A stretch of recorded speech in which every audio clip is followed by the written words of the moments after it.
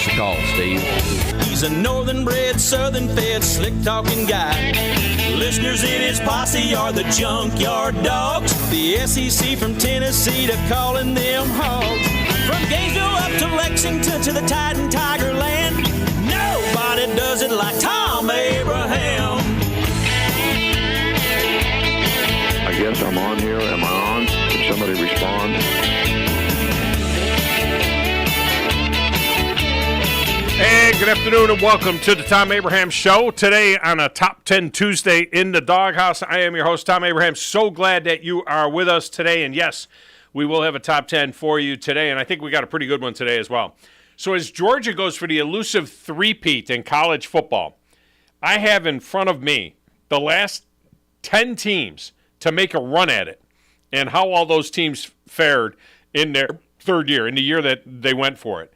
Now, in my opinion, it's easier to do this now than it was in the past. Now, I really do believe that because now 4 teams get a shot at it, and there is some margin for error. When in the past, there was much less margin for error since only 2 teams got selected. And this is the first time in the playoff era that we have gotten this close. But in the future, I honestly think that it's going to happen on a more regular basis. Taking 12 or more teams to a playoff means an even bigger margin for error. And while more teams will have a shot, the best teams will have to only go on a 3 or 4 game run. Get into the tournament and go on a little run. Doesn't matter that you lost a couple of games during the season. Doesn't matter that you got beat in your conference championship game. If you had a great year, you're going to still get into the tournament. This is why in other divisions of football, where they have a larger playoff field, we see teams that dominate for years. I mean, look no further than the FCS level, where North Dakota State has won 10 of the last 12 natties. And that's with a 24-team bracket. So on the one hand, you might think, well, there's a 24-team bracket. Oh, my gosh, I got to get through all of that. Yeah, no. I mean, the same goes for D2 and D3. You get these teams in, they go on a run for a month, and they win the national championship. They play their best football in the playoffs. Kind of like what you see, for example, in the NFL. I mean, look, Georgia's path to the playoff this year is extremely easy. They have as soft a schedule as you can have. 12-0 gets them there in the regular season. 12-0 doesn't matter what happens in Atlanta. 11-1 will get them there if they win in Atlanta. If they go 12-1, whether they lost in Atlanta or whether they lost during a regular season, got upset, and then go and win the SEC championship, if Georgia's 12-1, they're in. They're in. But those last 3 won't be easy. The SEC championship game, but at least they'll be there with the way their schedule is. So we're going to get to this list of teams that have gone. That's what you're looking at with Georgia. All you're looking at with Georgia is, can Georgia get through the last, maybe not even the last 3. If they go 12-0 and lose in the SEC championship game, Georgia's in the playoff. They got to win 2 games to win the national championship for the 3rd straight year. It's just because of the way their schedule sets up this year. It's just the way it is. So I'll get to that list in a little bit. Now, one of the contenders is LSU, who Georgia does not play unless they meet in Atlanta in the SEC championship game like they did last year when Georgia beat the brakes off of them. We're going to go down to the Bayou today with John Forcade. Talk a little bit about what's going on down there. We're going to mix in a little Saints talk as well with the former New Orleans and Ole Miss quarterback. Now, Jordan Ross out of Vestavia Hills, the number 1 player in the state of Alabama, has committed to Tennessee over the Tide, Georgia, Florida, and Texas. So happy birthday to Smokey Mike. No, it's his birthday. Today is Smokey Mike's birthday. Happy birthday to Smokey Mike. Ross is 6'5", 225-pound edge rusher. Not Smokey Mike, Ross. 6'5", 225-pound edge rusher. That will be 245 pounds by the time he gets up there. So now the next step will be, can you flip this kid? That's a good get for Tennessee. And they're getting ready to wrap up their camp. And Vince Ferraro will join us in a few minutes from up there from the Rock, and we'll talk with him from the Sports Animal up there and get his take on what's going on at Tennessee. Phone lines are open, 256-576-4977. Get you into the show. You can text the show, 732-9TA-SHOW, 732-982-7469. Great way to communicate with us. My X feed is at Thom Abraham Show. The station's feed is 97.7 ESPN. We're on Facebook at 97.7 ESPN. Watch the show there. Watch it on X, or watch it on our YouTube channel at WZZN TV. You can like and subscribe on YouTube to get notifications. Go to 977ESPN.com, get links to all of that. While you're at it, get our app. Just search the 97.7 ESPN, The Zone, from your app store, and then you'll get links to everything. Zone 2, Zone 3, Zone 4, Zone 5, all our alternate streaming channels for more great programming. Check out our broadcast calendar at 977ESPN.com. We have got a great slate of high school football for you this weekend. I mean, we are loaded with games this weekend. 5 big games coming up on Friday night. Check that, 4 games this Friday night. Most Fridays will have 5. We got 4 big games coming up on Friday night. Buckhorn at Madison County on the air in the primary feed. Madison Academy is at Deschler on Zone 2.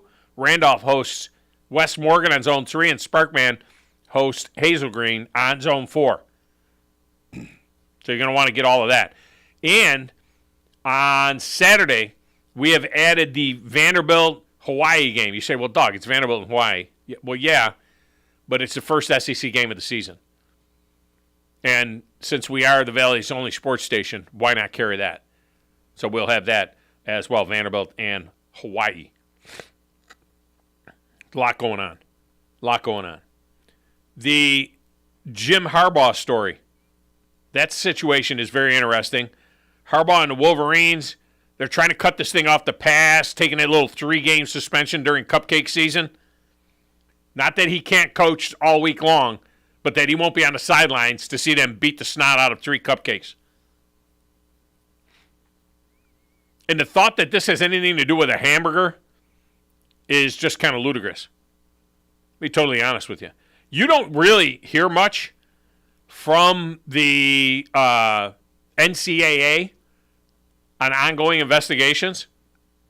The NCAA responded to this particular situation, saying, quote, the Michigan infraction cases related to impermissible on- and off-campus recruiting during the COVID-19 dead period and impermissible coaching activities, not a cheeseburger.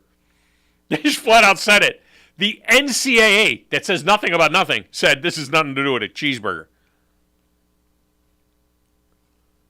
Tom Mars, who is Jim Harbaugh's attorney, said, quote, pursuant to the NCAA's internal operating procedures and under threat of penalties, Michigan, the involved coaches, and their lawyers are prohibited from uttering a word about this ongoing case. Yet the NCAA can issue a public statement putting its spin on the case.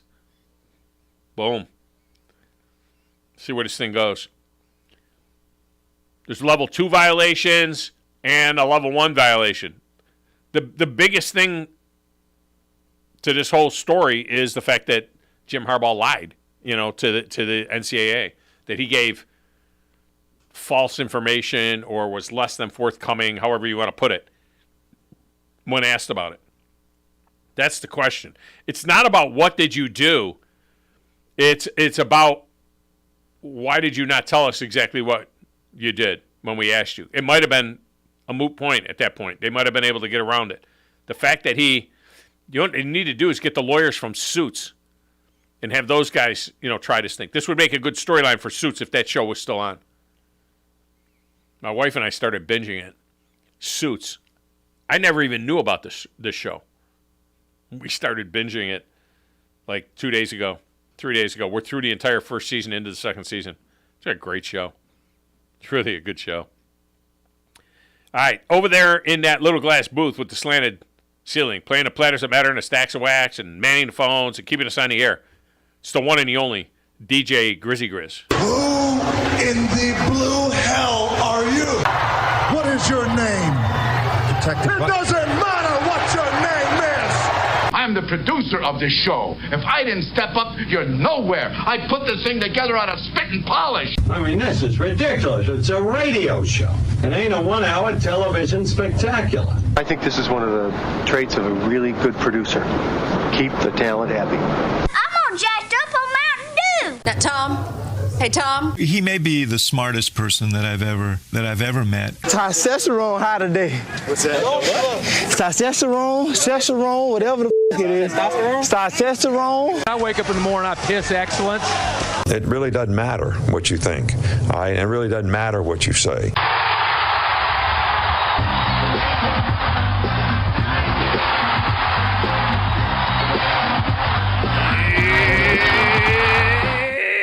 Grizzlicious, how you doing over there? Doing just fine. Another beautiful Tuesday, and getting ready for the high school football week. Too long of a staff meeting today. A little bit. That was too long. No. No, it was too long. It was necessary information for sure. It is necessary, but it was too long. I have been messed up all day. First of all, I woke up late. All right, I haven't been able to sleep. I've been telling you this. I haven't had a good night's sleep in several nights, and I have been feeling lousy. But last night, I had a great night. I slept from 10:30 to 3 o'clock, and then again from 3:15, and it did not wake up this morning until 6:30. And I was like, oh, my gosh. Yeah. I looked at my phone, and it's 6:30 in the morning. I'm like, what am I doing? I'm still in bed. Usually on the porch by then, having coffee with my wife. 6:30, I'm still in bed. And I've been late ever since. 6:30, by the time I got done on the porch with her and having breakfast, a morning devotional and all that stuff, and then got up into my office, it was 8. That's not enough time to get the show ready. 8:45, I got to leave the house at 9. 8:45, I got to go down, finish getting cleaned up, change, get out of there. Do that, take off. I'm 10 minutes out of the house, and I go to start making phone calls that I got to make. And I hit the button on my steering wheel to make a call, and it says phone not paired. I'm like, why is my phone not paired? Oh, because it's not in the truck. Back at the house. Back at on the house. Counter, sitting on the counter or on your desk. All the way upstairs on the desk. Yeah. Turn around, zip all the way back to the house, trying to call Mulatan and let him know that I'm going to be late for the meeting, and just tell everybody that I'm going to be late. I'm going to be 15 minutes late for the meeting. I walked in at 10:03. Yeah. I was only 3 minutes late. But still. And then the meeting went long. It's just been and then one of my guests fell out today. And it's been nuts. But thanks to you, we got Vince Ferrara coming up. Yeah. And that'll be good because that's a big story. I mean, they pick up this Jordan definitely. Ross kid, and that's a big story. Now, it's not over, obviously, because kids get flipped all the time. But that's a big get for Tennessee, and it kind of brings up this commentary that we had yesterday. We were kind of talking about when Dr. Detroit asked about the Alabama-Auburn, is that a bigger rivalry than the Michigan-Ohio State? Now, up here it is. Yeah. Nationally, it is not. I mean, I'm just going to say nationally, Michigan-Ohio State nationally is recognized as the biggest rivalry. Yeah. Here, obviously in the South, and number 2 nationally would be the Iron Bowl. But here, there's nothing bigger than the Iron Bowl. But what I tried to explain to him is that I think that there's more hate for Tennessee than there is for Auburn. And I had several text messages yesterday to the show attesting to that. That Alabama fan actually hates Tennessee more than they hate Auburn. I can see that. I've heard that for sure. It's like you respect Auburn, but you hate Tennessee. And that's been a thing, I feel like, ever since I was paying attention to college football as a kid, even especially going up through middle school, high school. Everyone's like, I hate Tennessee, but I can pull for Auburn as long as they're not playing. That was always the thing. I can pull for Auburn as long as they're not playing Alabama. That was a lot of people. You people say that? Yeah. I pull for the SEC in bowl games. And I wanted Auburn to beat Oregon for the national championship because I wanted it for the SEC. Yeah. But I wasn't like War Eagle. Yeah. You know what I mean? Yeah. I wasn't like Drew. Drew, he's out there. War Eagle. Yeah. I mean, See, Drew, he's fickle that way. I mean, he can drop that. I couldn't do that. I wasn't doing that. I couldn't do that. I was all about – I wanted the SEC to win. Yeah. But when the kid made the field goal, I didn't like jump up and down and do fist pumps and everything else. I just like turned the TV off. Yeah, like, all right, I'm done. I'm like, I watched it. Thank you for the SEC. Say I watched it. Yeah. It's the SEC. They got to win. Had a cool play in that game when Dyer looked like he was down and he wasn't down, and he rolled over on the kid and ran down the sideline. That's my memory from that game. But you know, I'm not pulling for them. I'm not pulling for them. You know? I feel like I heard both sides of that, like, fan base kind of say that. Like, people, I guess, that maybe aren't as, like, you know, really adamant about this sport or adamant about their, the college itself. If they're not adamant, if they're not really a real fan. Just like, you know what's weird? I think I've heard more Auburn fans say that they're okay with Alabama than I've heard Alabama fans say that they're okay with Auburn. You know what I mean? I can see that. I can see that for sure. Yeah. Like Grumpy, he'll go to an Alabama game. Yeah. Not the Alabama-Auburn game. He'll go to an Alabama game, and he respects Alabama. I have respect. I do have respect. I got respect for everybody, you know. Yeah. Let me get Dr. Detroit in here. He started that conversation yesterday. Dr. Detroit, welcome in. How are you? Yeah, what have I started? I'm honored, though, that you brought me up on yesterday's conversation. Yeah. Well, real quick, while we're on that note, now, you know, I went to Louisville on a track scholarship. I am a Louisville Cardinal. Yeah. What has happened to Jim Harbaugh? Why is this all of a sudden surfacing? Has it been coming up earlier last week? Oh, no. This has been floating. No, this has been floating around for a long time. I mean, he was. I mean, this is what the problem with the NCAA. This goes back to COVID. This was the summer of 2020 where he did this thing, and then they called him in.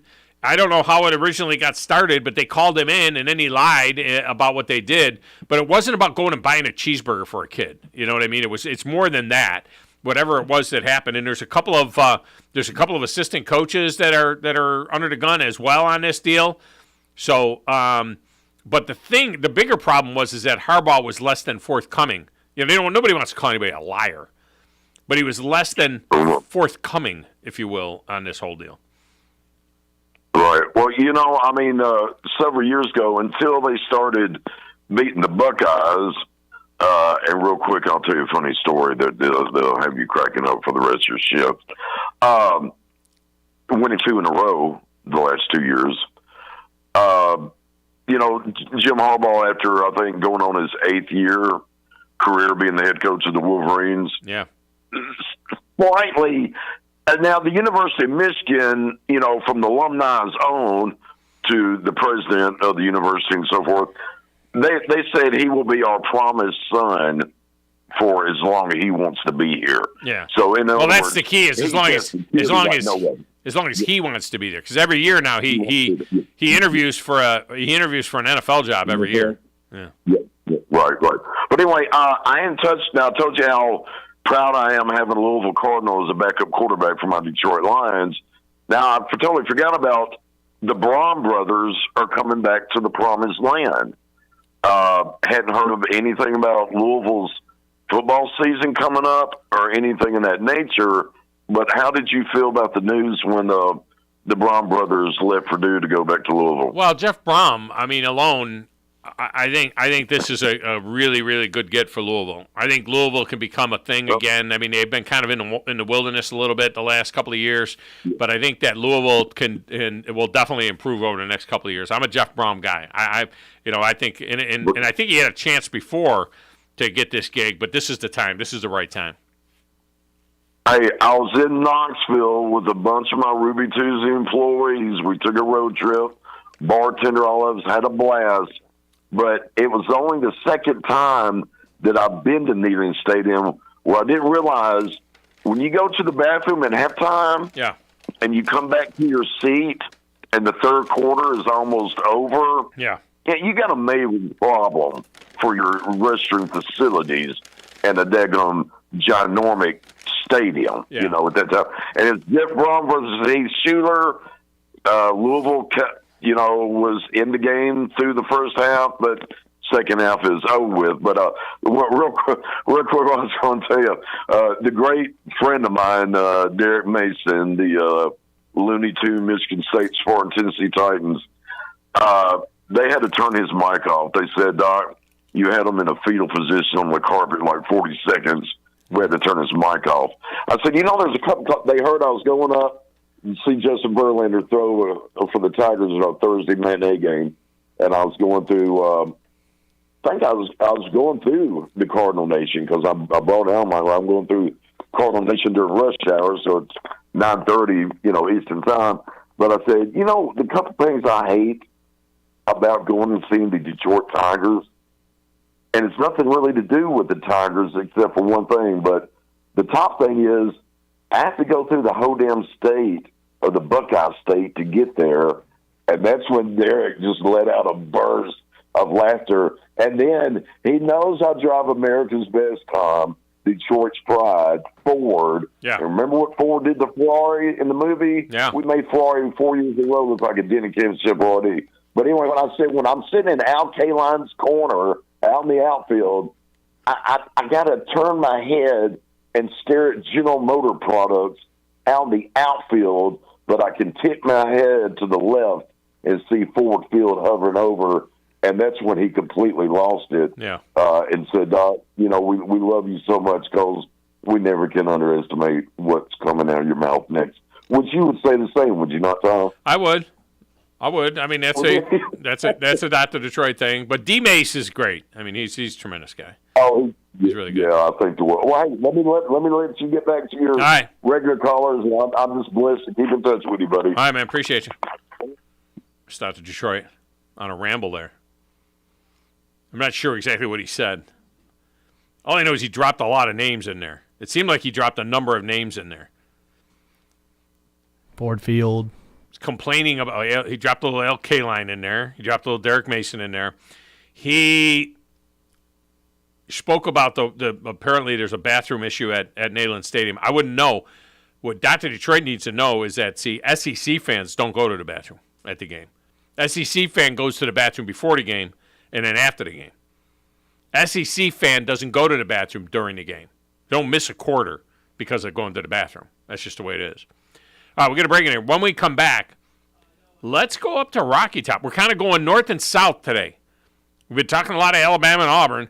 Let's go north and south today. Let's go up to Rocky Top, find out what's going on with them, and, of course, down to LSU as well on the show today, along with your phone calls. It's all coming up. 97.7 ESPN The Zone.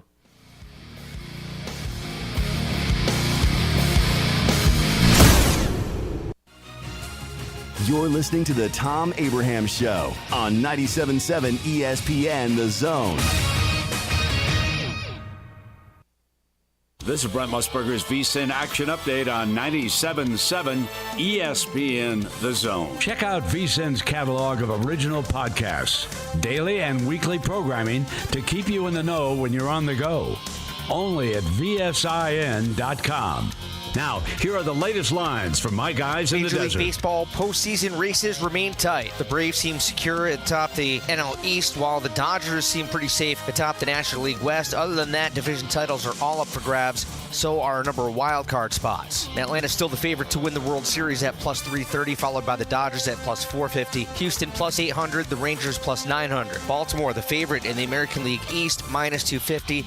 Tampa plus 300 right behind them. Milwaukee minus 145 to win the NL Central, the Cubs plus 220. AL West plus 105, Texas the favorite. Houston plus 160, Seattle plus 550. Get the latest lines and more at vsin.com.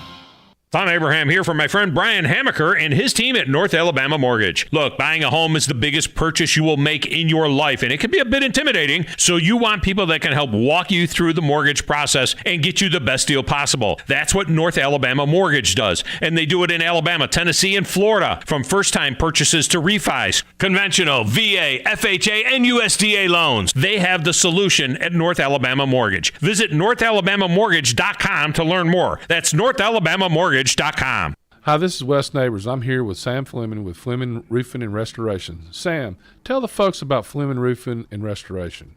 Hey, Wes. Our company, Fleming Roofing and Restoration, specializes in commercial and residential roofing and repairs. I'm a fifth-generation Huntsvillian, and our family's been doing construction business in Huntsville area since 1965. Sam, what kind of roofs does Fleming Roofing and Restoration do? Our guys are skilled enough. We can come out and address any kind of leaks or issues you might have on your commercial, on your metal roofing, on your Your shingles, we can do anything, and we can offer you a solution to repair it or we can replace it. Well, you guys also do insurance restoration. Our staff has 10-plus years of experience as insurance adjusters, and we really do know the inside and out of the claims process at Fleming Roofing and Restoration. Check out Fleming Roofing and Restoration online at FlemingHSV.com, or you can call or text them at 256-651-9440. Hey, Wes, we show up. Great food and the best live entertainment is what it's all about at the Furniture Factory Bar and Grill. Head to downtown Huntsville every Tuesday for karaoke on the only outdoor karaoke stage in North Alabama. Thursday night is the Valley's longest running and biggest bike night. Food and drink specials, giveaways, and live music on the patio. And the Furniture Factory menu is fully loaded with options from steaks to salads, plus a whole lot more. Featuring a weekday happy hour that starts at 3. 619 Meridian Street, downtown Huntsville, and online at FurnitureFactoryBarGrill.com. At Mr. Sparky, we're America's on-time electrician. Flickering lights and hot switches can be annoying, but they can also signal a major problem, or worse, an electrical emergency. So play it safe and leave it to the experts at Mr. Sparky. Trust our team of professional, clean, and friendly electricians. We'll get it done right and get it done safely. You don't have to put up with any malarkey. Call 888-8-SPARKY. Independently owned and operated, licensed in the respective state or county. I'm attorney Gary Lackey. If you've been injured and need a lawyer right now, and pick up the phone to call, one you've seen on a billboard or on TV begging for your business, do you know who you really get?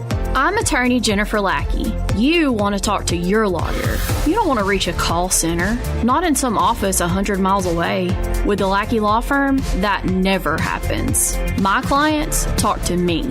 And me. I'm attorney Justin Lackey. We're the ones that you talk to. We're the ones that you meet with. And we're the ones who handle your personal injury case. You want to talk to me? You just call me. And we'll take care of it. You worry about getting well. We'll take care of the rest. The Lackey Law Firm. And I'll go you one better. If you can't come to us, we'll come to you. The Lackey Law Firm. The Lackey Law Family. 1-800-4-RIGHTS. No representation is made that the quality of the legal services to be performed is greater than the quality of legal services performed by other lawyers. From the Fox 54 Weather Center, I'm Chief Meteorologist Jordan Dressman. A mostly to partly sunny sky this afternoon. Temperatures climbing into the mid and upper 90s. Heat indices anywhere between 103 and 105 degrees. Temperatures drop into the mid and upper 70s as we head into the overnight early into your Wednesday morning. We're going to stick with the extreme heat across the Tennessee Valley. Something you would almost expect for mid to late August. A partly sunny sky on Wednesday. Not a drop of rain in the forecast. Highs in the upper 90s, lower triple digits. Heat indices anywhere between 105 and 107 degrees. I'm Chief Meteorologist Jordan Dressman on your home for ESPN Radio, 97.7 ESPN The Zone. This will turn journalism on its ear. Watch our stream on WZZN TV on Twitch and YouTube. But you are the greatest hero in American history. We are 97.7 ESPN, The Zone.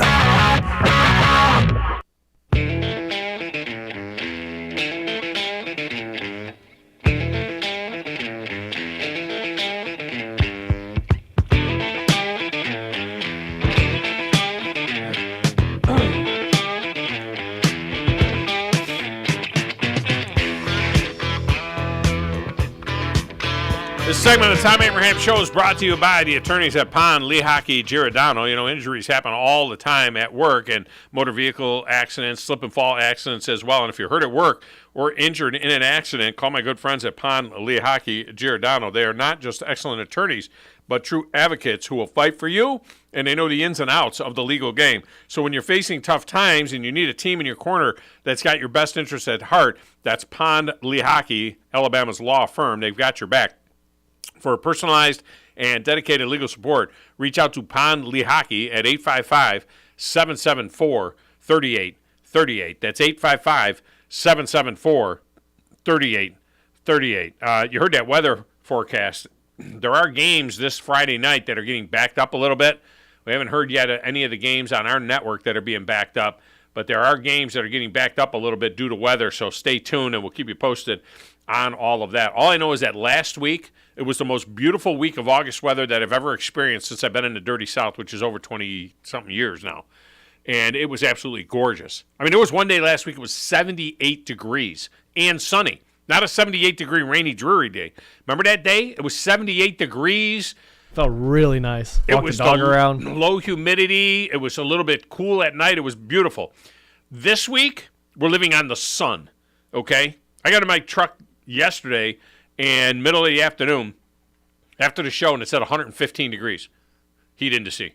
It went down to 111 when I got moving, but it was 115 degrees. That was just ridiculous. Just ridiculous. All right, joining us now, guy who's not ridiculous, but loves the heat. Just absolutely loves the heat. Vince Ferrara from the Sports Animal in Knoxville is on the Neighbors Wealth Management Hotline. Vincenzo, welcome back. How are you? I'm good. And just to tie it all together, I have your back too, Tom. Yes, you do have my back. That is true. And it could be the law firm of Abraham and Ferrara. You know what I mean? That would make sense. I think that certainly would work. All right, first things first. Really a good get here for Tennessee. You know, getting Jordan Ross out of Vestavia Hills. Of course, everything has got to be signed, sealed, and delivered on all of that, and we know how that works. But what a good pickup for Tennessee to pick up the number 1 kid in the state of Alabama, number 37 overall, number 4 edge rusher in this upcoming class. And he's at, a 6'5", 225-pound kid that's probably going to be 250 by the time he's doing damage at Tennessee. But that's a great get for Josh Heupel. It is, and it's on a lot of layers. I mean, they need those edge rushers, and they need to stockpile more of them for the future. Ross, crazy talented, and he did the whole baseball cap swerve at the end. But you beat a lot of big boys to get him. Alabama, Florida, Texas, and Tennessee has missed on a couple of defensive linemen and one-on-one battles. They've won some one-on-one battles for guys, but they missed on Williams Winery, the defensive lineman from Missouri.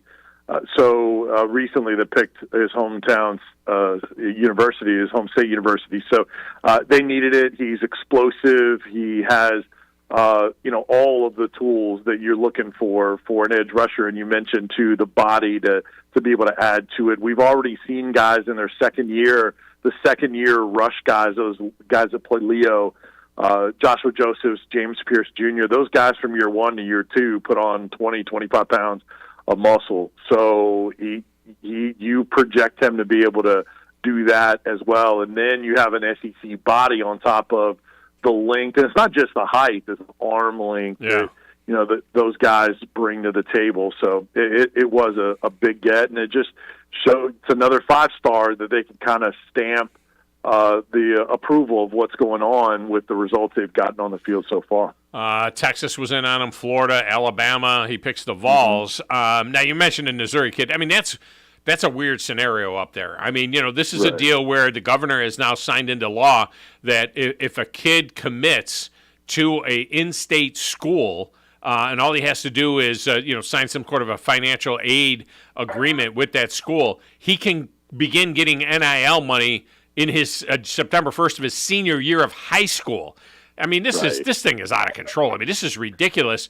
And when we look at the situation here with Ross, he mentioned Nikola Amaleva, leading this next, the future of Tennessee Vol football. We know about the big NIL deal that he signed allegedly, with Tennessee. How do we know how much of any of this with any of these schools has to do with NIL? Do we have any idea what Jordan Ross may have been promised or not promised? Yeah, Ross specifically, I don't know. I mean, to me, when Winery out of Missouri, with that law in place, a lot of analysts thought that, hey, that could be the difference maker. And he stayed and picked a Missouri who doesn't have the track record, doesn't usually win those kind of competitions. And to me, that points to the NIL made a difference there. I think it's situational. I think for every kid has different sets of priorities, and I know some coaches are like, well, if they're not going to, if they're worried about the NIL, then they're not a kid for us. Well, that's easy to say if they're not higher on your board. If you want them, then you're willing to play that game as a school. But everybody treats it differently.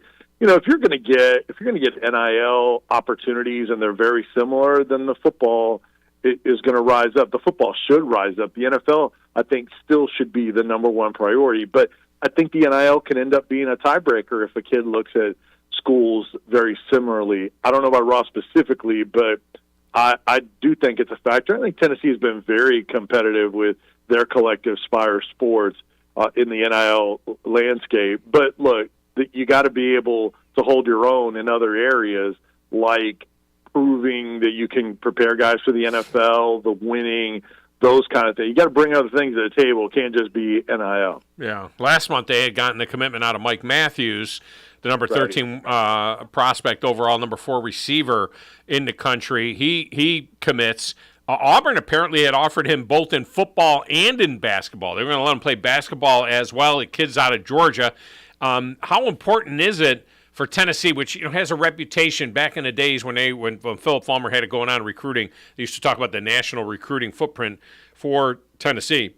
But to take a top kid out of Alabama and a top kid out of Georgia, how important is that for Josh Heupel in trying to establish what he's doing?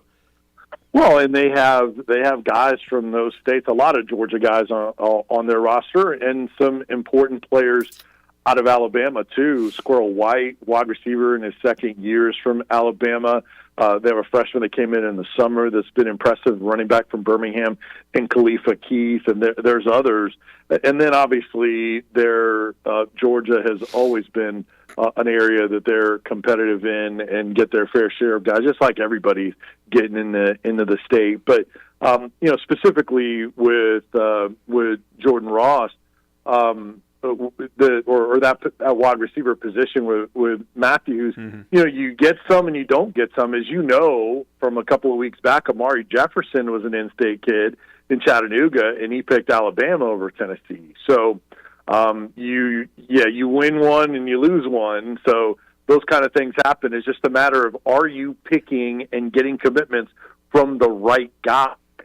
That's the big thing. Tennessee cannot afford to have big turnovers and misses when you're trying to catch up to those big schools. So, yes, it's noteworthy for them to go into Alabama and get a big player, but you also don't want to lose guys in your state as well. So it's been a little bit of give and take. But that being said, Tennessee has done an outstanding job overall in recruiting. They're top 10 in the rankings right now, and I think you could see them definitely in that range when it's all said and done. That's what I was going to say. They're number 6 right now overall. Mm-hmm. What's interesting is they're number 6 in the nation, and that's good for number 4 in the SEC. How crazy is that? You're 6 in the nation, you're 4 in your own conference, and they're just ahead of Texas A&M, who is 5 in the conference, 7 overall in the country. But do you think they hold up that kind of a number? Barring any flips, whatever else damage they might be able to do. They got 20 commits right now. Alabama with 18 commitments. Florida with 22. So some of this is a numbers game. Georgia leads the way, but they have 26 commits. Do you think that Tennessee? I can't. Can you remember the last time Tennessee was top 10 in recruiting? I think Butch Jones had a year like that maybe back in the day. Yeah, and remember during just as things were starting to open up a little bit in the pandemic, or maybe it was during the sort of dead period, they were getting a bunch of commits, and Pruitt's going into Pruitt's last year, and they made a run of getting a bunch of commits, even though you couldn't really do the typical visits and all that kind of stuff. So Tennessee has had some spikes, and they've been in the top 10 before. But in the end, that has not been as frequent. I think they've ended in the top 10, once in the last couple of years. But you have to be there consistently and stockpile. Can they stay there? Because this year Georgia and Alabama are ahead of them already, and they're not coming from behind like they always will. Then I think they have a shot to do so. I would always be worried about the USCs and the Texas of the world that are behind them. They could make a charge, Notre Dame and some of those schools, LSU. So those are schools that typically do finish strong that could hop over them. But I think they're going to be in that top 10 range, and they're not done. And the guys that they still are in the mix for are high 4-star and 5-star guys. Not like they're just going to fill their class without high-rated guy. Like everybody they're in the mix for is still pretty well rated. So even if they don't get a bunch of volume of commits to the finish line. I think there'll still be quality there that can help keep him in that top 10 range. Vince Ferrara with us here, talking some Tennessee Volunteer football as they're getting ready to play in Nashville September 2nd against Virginia, and their former head coach, of course, Tony Elliott, who apparently at one particular point in time was the head coach of Tennessee, I believe. Maybe not. Maybe not. Maybe he, according to him, he was offered the gig when he was the offensive coordinator at Clemson. Danny White with a cute post on X saying that, interesting, don't remember offering.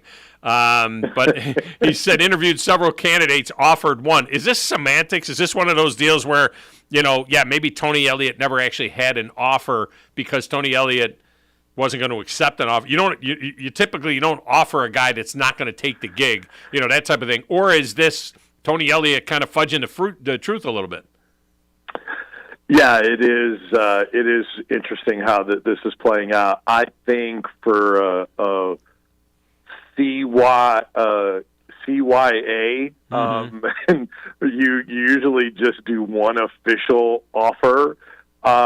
If you talk parameters and of a deal, does that mean you haven't officially offered? Like, do you have to slide the piece of paper in front of them and give them a pen or send it to their agent to look over for it to be official? So, I don't know exactly the semantics of it and who's right or who's wrong. I looked for the quote. I saw the sound bites. I've seen articles on it. I haven't seen the actual quote of him saying offer. Maybe it's the fact that they talked about it. He talked about it enough that it was described as an offer. He made it seem like, hey, it wasn't the right time for me. Like, he backed away from it. So I don't know if that was an assumed offer. So it's kind of totally in a gray area from all fronts. But, apparently Danny White, according to his tweet, had seen that before, that at least that narrative that he had been offered the Tennessee job before. It's been talked about. A lot of people have said that, and people reported that at the time. But maybe Danny White looks at it a little bit different. It is interesting. ADs don't always take that stance, but Danny White's not afraid on Twitter, so he's just kind of backing his guy up because he also doesn't want the narrative out there that Josh Heupel was not his number one choice. Yeah, that's a great point. So as Tennessee gets ready to go into this season, coming off of the 10-2 season last year, a lot is obviously on Joe Milton's shoulders. Nobody is talking about Nico, coming in and taking over this year. It's all about Joe Milton, how he finished up last year, the bowl game, and all of that kind of stuff. Are we drinking the Kool-Aid too much? How crazy is it up there in East Tennessee, where Joe Milton, who was overthrowing everybody and anybody last time he was a regular starter, now all of a sudden is going to be the second coming, of what they had last year? What's your take on that? Are the expectations a little bit out of hand? Honestly, I don't think so. I know it's being described as a Milton hype, but look, it's the quarterback position at a prominent marquee SEC school that a lot of people talk about, whether they like Tennessee or don't. It's an interesting program. He's an interesting guy. And just because he's being talked about, I don't think it's a hype machine. I don't think everyone around here is, running with a Heisman Trophy campaign. I haven't seen that. Tennessee isn't pushing that narrative. He's not talking about that. I think because he's being talked about, and he's an individual being talked about that doesn't have that productivity, I think it comes across as hype, but it's new and it's interesting, and he is absolutely the key to their season. Now, I believe in Joe Milton. I think he's going to have an outstanding year. It doesn't have to be Heisman Trophy, and I'm not going to pick a Heisman Trophy. He's not Hendon Hooker, and I don't think he has to be, but I believe in Joe Milton, and I don't think the attention is unwarranted because his arm strength, his physical skills are ridiculous. There's nobody in the country who has a stronger arm than he does, and when the people inside those walls believe in him, they believed in him last year before he ever cleaned up at the end of the year and had a good game against Clemson. But it's not 100%, Tom, with the Tennessee fan base. It's not like everybody is a believer in Joe Milton. I think some people are taking a wait and see. And I've talked to a fair amount of fans that still cannot erase what they saw from him 2 years ago when he did lose his job as a starter. He got injured. That was the first reason he lost the job, but he never got it back from Hendon Hooker, and he had those overthrows. I think he's a different quarterback. He's a different guy. He's a different quarterback. He's experienced a lot. He told us at media days that he lost his confidence and wondered if football was for him and whether he should go back home after he got hurt and lost his job. And then, he finally got his confidence back. Guys put their arm around him. He got the coaching from within the walls, and then he became a leader. He relaxed, thought, and impacted Hendon Hooker. Those two became best friends and roommates. Now he's passing that along to Nico. He realizes this is his third opportunity as a starting quarterback. I think it's a perfect mix with him and Joey Halzle, the new OC. I think he's a perfect demeanor for Milton. And look, I've watched him at practice, Tom. Everyone talks about how he needs the off-speed pitch and not gun every pass and short to intermediate. I see him being accurate and not overthrowing those passes. He's also been more accurate this year than I've ever seen him in the deep balls and has a really good connection with him. Now, translate it at, Florida SEC game, when the energy, the hype, the pressure is there, does he revert back to his old habits of the overthrows or the gunning those short passes? It's possible, but I've seen him develop so much and impact his team so much that I believe in it. I think he's going to have an excellent year, so I don't think it's unwarranted. He can have an excellent year. I have them at 9-3, and I don't know where that third loss comes from. I mean, they're going to be underdogs in two games, at Alabama and at home against Georgia. We know that they're underdogs in those two games. Interestingly enough, this was weird. The FPI, the ESPN FPI thing, which has a percentage, that they could win a particular game, they have them at Florida with a 48.9% chance of winning that football game. So we'll call it basically 50-50. I find that odd because all of the Vegas look-ahead lines that I see has Tennessee at least a 7.5-point favorite at Florida, which means on a neutral field probably a 10-point favorite there. I'm trying to figure out how FPI says that they're 50-50, that's a 50-50 game down there. But having said that, Milton can be, he doesn't have to be, like you say, Hendon Hooker. My question is the defense. Where are they at with the defense? Is the defense going to be able to, because then he doesn't have to score 50 points a game like Hendon Hooker did. Is the defense coming along to the point where that can help the offense?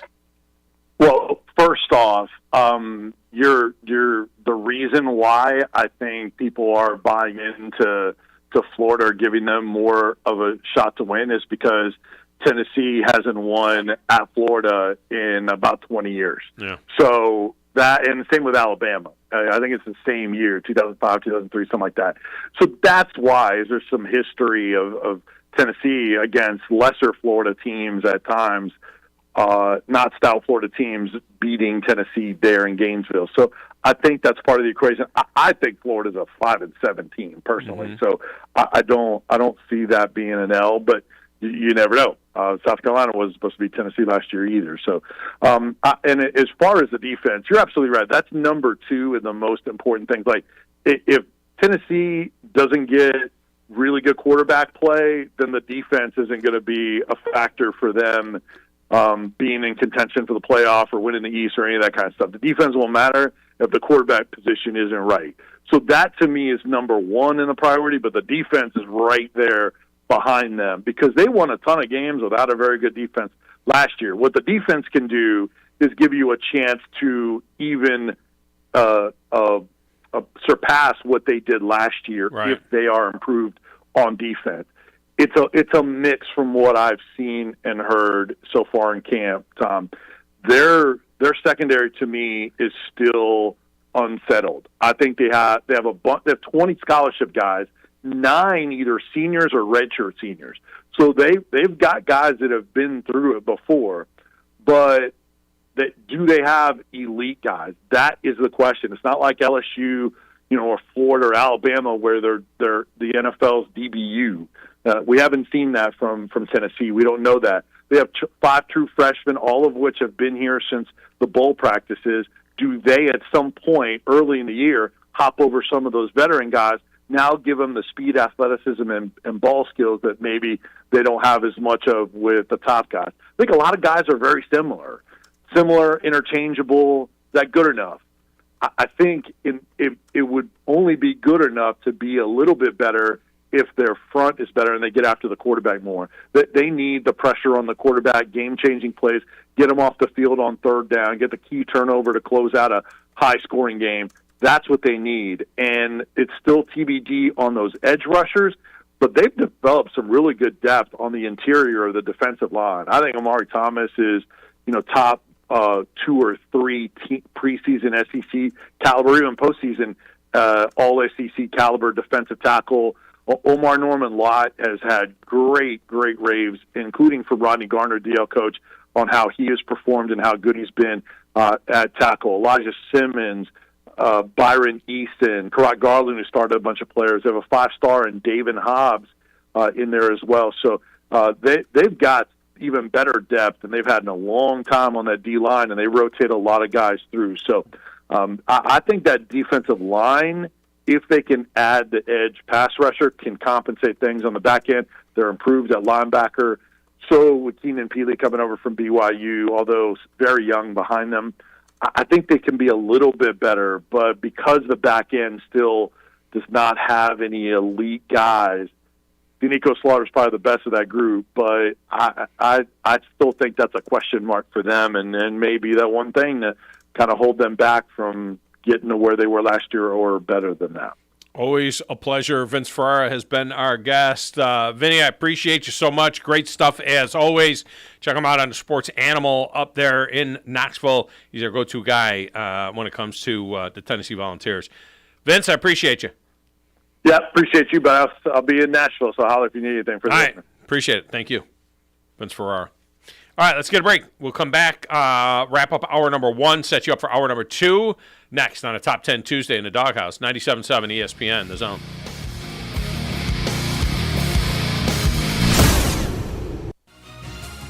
You're listening to the Thom Abraham Show on 97.7 ESPN, The Zone. With us today, Dr. Tracy Lowry of Best Vein Care of Huntsville. When we evaluate a patient and they indeed have significant venous disease, most third-party payers, private insurance, Medicare, require us to treat every patient conservatively at least 90 days. Conservative treatment includes increasing ambulation, elevation of the legs, and the wearing of compression stockings. It's very common for folks to come see us in March or April wanting to have their veins fixed before they go into swimsuits starting in June. When we see someone in March or April, they're going to require at least 90 days of conservative treatment before we can even go to the insurance carrier to get permission to treat their veins. So if you think you have a venous problem, now is the time to come in and get a free screening so we can determine whether or not you need something evaluated. If you have a vein problem or you think you may have a vein problem, now's the time to contact us at bestveincarehuntsville.com. You're starting to see more and more of them on the road in Huntsville, Madison, and North Alabama. And we've got them in stock, on the ground, ready for you to test drive. Hi, Bobby White back again for Woody Anderson Ford, and I'm talking about the all-electric Mustang Mach-E.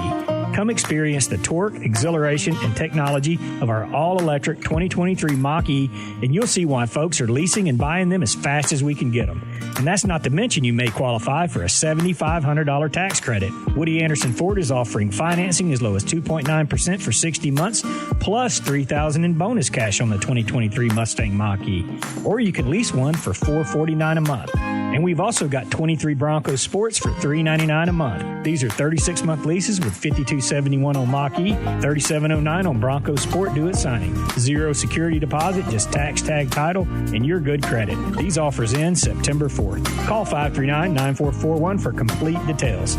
Come on in today. Woody Anderson Ford, hope to see you soon. Since 1986, Full Moon Barbecue has been cooking quality meats low and slow over a hickory wood-fired pit. From ribs and wings, brisket, turkey, catfish, and sausage to the best butts in town. If you're planning a holiday or a birthday party, Full Moon has a large banquet room. And Full Moon is ready for your next catering or tailgate. Just call us and we'll take care of everything. 256-713-0070. Full Moon Barbecue on the Parkway next to Costco. The best little pork house in Alabama. T-minus 3, 2, 1, Trash Panda Nation, ignite the fun, let's rock it. Your Rocket City Trash Pandas are back home for another 6 games starting Tuesday, August 22nd as they host the Birmingham Barons. On Tuesday, be one of the first 1,500 fans through the gates to receive a free Trash Pandas tote bag. Get your tickets now while they're still available at trashpandasbaseball.com. Let's rock it. It just works. Picture this. You're at home, doing whatever it is you do. Then, pow! The power goes out. Then what? Well, at my house, life goes on. We have a Generac automatic home standby generator from Current Electrical and Generator Services. For your home security and peace of mind, get a free personal consultation on how a Generac automatic home standby generator can protect you. Current Electrical and Generator Services. Call or visit us on the web at HuntsvilleGenerators.com. You've got the power. At Bryant Bank, we recognize your time is valuable, and easy, secure access to your finances is essential. That's why we provide the financial tools you need to manage your money on the go and make life a bit easier. At Bryant Bank, we're here to help with instant debit cards, Apple Pay, person-to-person payments, and more.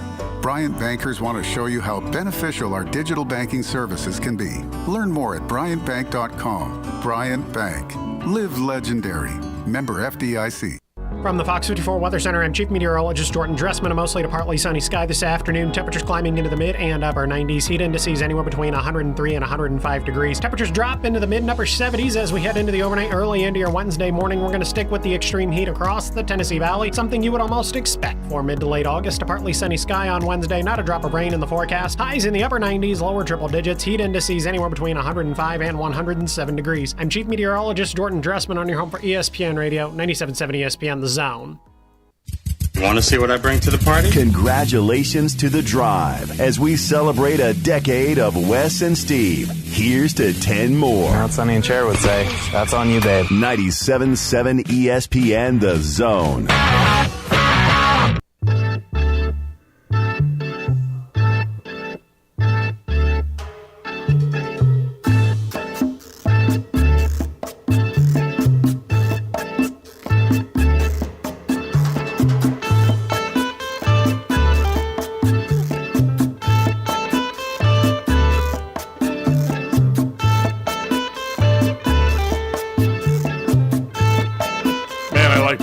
Santana. For a country music guy that likes Southern rock as well. Carlos Santana working in there as well. That just got such a smooth groove to it. This segment of the show is brought to you by TOC. Use the orthopedic specialist that pretty much every high school in the region uses. TOC Sports. Alabama A&M and Huntsville Havoc rely on TOC as well. But it doesn't really have to be a sports injury, right? It could just be a work accident, or maybe you're just breaking down a little bit. TOC is the right specialist for you. North Alabama's largest sports medicine provider is TOC Sports. Stay in the game with TOC Sports.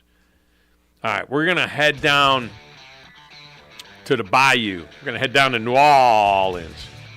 Former Ole Miss quarterback and New Orleans Saints quarterback John Fourcade covers the LSU Bengal Tigers down there. We're going to get his take on what has gone on during their fall camp as they get ready to rock and roll. Everybody's kind of number 3 pick in the SEC. It's Georgia, it's Alabama, it's LSU. How much of a gap is there? Is there a gap at all?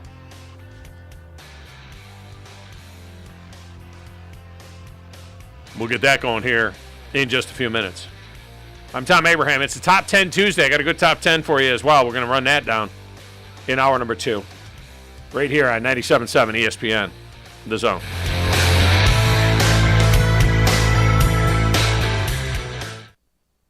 This is SportsCenter.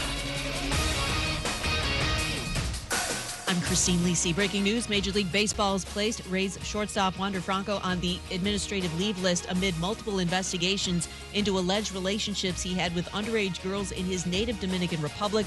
No charges have yet been filed.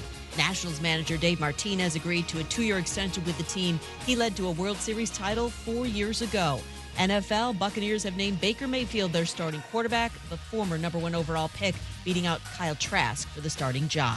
USC landed coveted quarterback Julian Lewis, the 6'1", 195-pound sophomore from Georgia, already considered one of the best quarterbacks in his class. He is the first commitment in the 2026 class for the Trojans. NHL Lightning signed winger Brandon Hagel to an 8-year, $52 million extension, the 24-year-old coming off a career year in goals and assists.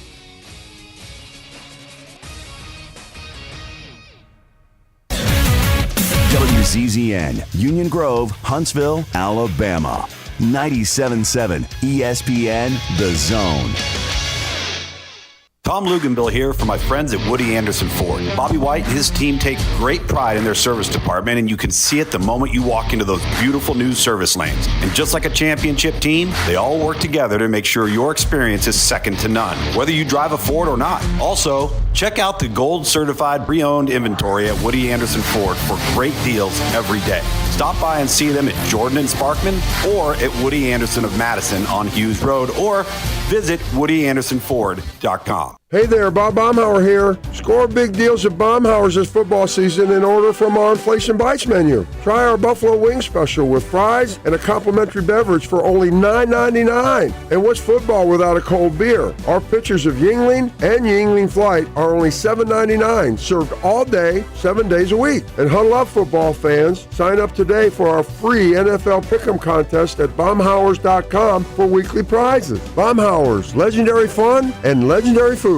Thom Abraham here for my friend Brian Hamaker and his team at North Alabama Mortgage. Look, buying a home is the biggest purchase you will make in your life, and it can be a bit intimidating, so you want people that can help walk you through the mortgage process and get you the best deal possible. That's what North Alabama Mortgage does, and they do it in Alabama, Tennessee, and Florida, from first-time purchases to refis, conventional, VA, FHA, and USDA loans. They have the solution at North Alabama Mortgage. Visit NorthAlabamaMortgage.com to learn more. That's NorthAlabamaMortgage.com.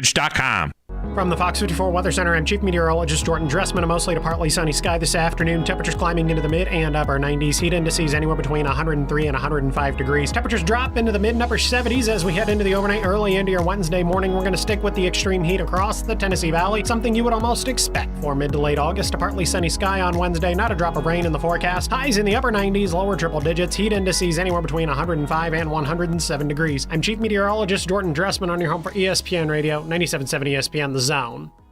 Your home of the Crimson Tide Sports Network. You chill out when you're supposed to chill out. You work when you're supposed to work. You don't chill out when you're supposed to be working. 97.7 ESPN, The Zone. You need to be more like a dog. Like what you guys are doing. You've got your fingertip on the pulse of your listeners. You guys know what they're talking about. Be a dog. God bless the show. You are the Messiah. We need more dogs. This is the best show on radio. The big dog, Thom Abraham, is here with you. Hey, I see you. Hey, I see you, dog. So settle in and get your bark on. That's my dog. Now live. Here he is, the big dog. Let's go, baby! Thom Abraham. How you doing? How you doing? How you doing? How you doing? How you doing? How you doing? How you doing? Look, I don't speak Spanish. I don't know how to say this, so I'm going to choose my words very carefully. I think you're a psycho. Do you know who I am? I mean, that guy sounds like El McPherson farting into Miles Davis' trumpet. I guess I'm on here. Am I on? Can somebody respond? Get off my lawn. I have to drag my Yankee ass out of here.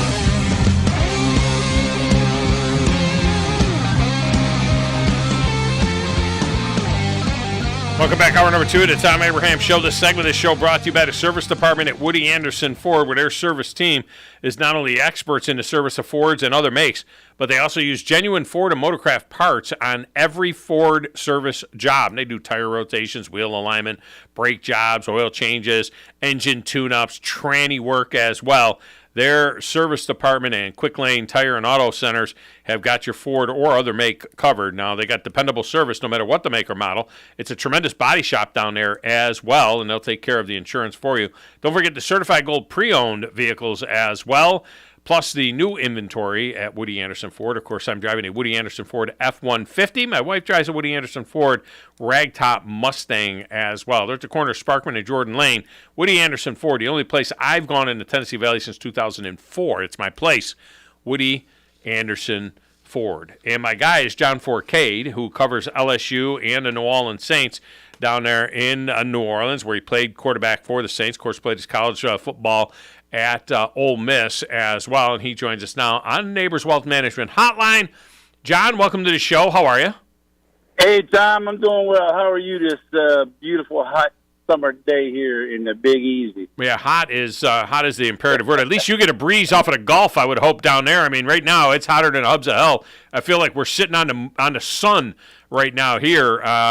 You guys get a little breeze off of the Gulf, don't you? Well, they say you get a little breeze, but the humidity here is a little bit more than what you got humidity there now. Come on. Yeah, no, the humidity down there would be absolutely miserable, that's for sure. Not miserable, those LSU Bengal Tigers, which obviously went from worst to first last year, won the SEC West. Most people, after we came out of Nashville and out of SEC Media Days, everybody had, for the most part, it was Georgia and Alabama to go to the SEC championship game. Most people put LSU right below those two teams. In your mind, how big a gap is there, if there is a gap anymore, 1 to 3? There's Georgia, Alabama, LSU, which, did it 1 year in a row. Can they do it 2 years in a row? Well, I don't think it's a big gap. I think you got hit the nail on the head. 1, 2, and 3 is Georgia, Alabama, and LSU. And then everybody else falls off, below that. The thing that you have to look at is, okay, who has the best quarterback of the three teams? Well, it has to be LSU with Daniel. He's back with experience. He's the number 2 guy on the board for a Heisman Trophy candidate. You look at what Georgia's bringing back. His first year going to start. It's funny because they got him 11th in the Heisman Trophy balloting ahead of the doggone tight end. Mm-hmm. And so I was surprised there. And then you got Alabama, who I have no idea who's going to be playing at quarterback. If I had to pick and choose, I'm thinking the kid from Notre Dame will probably get the nod to go there. It's going to be a 2-team battle in the West, and we all think it's going to be a 1-team battle with Georgia in the East. Yeah, I think 1-team battle with Georgia and East is probably correct. Even though we talked some Tennessee football earlier today, we went up there with Vince Ferrara from the Sports Animal, and they're obviously very excited. They're excited about Joe Milton, that maybe this is the year. Maybe Joe Milton isn't the Joe Milton he was 2 years ago, and he has looked really good in camp. You mentioned Jaden Daniels. I mean, there's no doubt about that. It was some interesting comments that were made by Connor O'Gara from Saturday Down South, who does a great job. He first predicted that LSU would lose 2 games in September. He said they're going to lose 2 games in September. That's what he said. Then he said they're going to beat Alabama with Garrett Nussmeier at quarterback. And he's going to throw a bunch of touchdown passes in that game because he thinks that Jaden Daniels could be injured by then, and that Nussmeier is a stud as a backup. What is your take on Nussmeier? Okay, first, before we get to that, who was the one who said this about? This is Connor O'Gara. He does a great job. I mean, he's not a schlock. He's got them losing.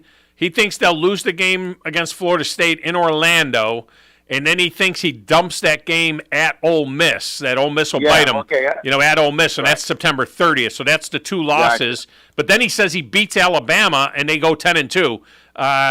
With those 2 early losses. Well, here's my take on the Nussmeier kid. Look, I saw a little bit of him over the years. And when I say a little bit, he hasn't really started a game and finished it to the end. He came in majority of the time on relief. I can tell you this much: he's got the bloodline in him because of his dad, Doug Nussmeier. But let's be honest, I would, if Daniels ain't there, I'm not really sold on Nussmeier being a guy to take him to the promised land. I think he's a good, adequate backup quarterback for right now. I got to see a little bit more from a starting standpoint from him, not just coming in when Georgia's up by 30 at halftime and you come in and winging it around and scoring some points. That doesn't show me anything. The kid's got athletic ability. That he does. I just got to see a lot more of. If Daniels gets hurt, then do you change up the offense a little bit to show what Nussmeier can do? That's kind of hard to do. But listen, I think they take care of business against Florida State. Florida State's a little, in my book, overrated. I'm not really sold on a quarterback for Florida State to be the guy that bring them to the promised land. He's a good kid to watch. He's fun to watch, but LSU's got a good football club. I just think LSU can take care of business in Orlando. And then the Ole Miss game does scare me a little bit for LSU because, look, I watched Ole Miss in the in the scrimmage game this past weekend. Their defense has stepped up. Let me say what they want. They can say what they want about, Golden when he was in Alabama, this, that, and the other. But Ole Miss has got some players, man. They got some decent, talented players that can play. I'm still trying to find out who the heck's going to play quarterback for Ole Miss. They haven't decided is it Spencer or is it Dart? I think, in all honesty, it's going to be Spencer. Yeah, and three quarterbacks really there that they have with the guys that they have brought in. Of course, the kid that came from LSU. Walker Howard. Yeah, Walker Howard as well. He may be the future deal there. To keep Jaden Daniels healthy, he can't be the leading rusher. He can't be that guy again. He's going to take too many hits. It seems like they've shored up their rushing attack in the running back room. It seems like that they could probably be a better rushing team than they were last year without using the quarterback nearly as much as they did. Does that sound right? Well, yeah, Tom, I think the big factor is it looks like they got Embry back. John Embry, if he's back and he stays out of trouble or he can produce for them because he's a beast when it comes time to play football. They have a running back core of guys that can go 3 deep. I think they can play. Yes, you're right. Daniels can't be the lead rush because he looks like a broomstick with teeth. Come on. He's not that, thick of a guy. He looks like, stand up, stick your tongue out, looks like a zipper. He is not going to be one to play in the SEC and take a pounding as the leading rusher. So I think they pretty much emphasize that. Let's not have him run the football as much. But with all that being said, they got some players now. They got some, receiving core. They got a running back department. The line is really good. I think the secondary is going to be the little weakness, and you be saying that LSU secondary got a little weakness. They've had some situations in the back end there that they got to adjust, and they got to adapt to that, make some adjustments with some of those players back there. But overall, LSU's got some good linebacking core. It's a good football club. It's them and Alabama in the West. Yeah, it will be them in Alabama in the West. It does seem that way. I wouldn't sleep on Texas A&M. I think they could have a bounce-back year. Bobby Petrino running that offense. We'll have to see how that's going to go. John Forquet with us on the Neighbors Wealth Management Hotline talking some LSU here.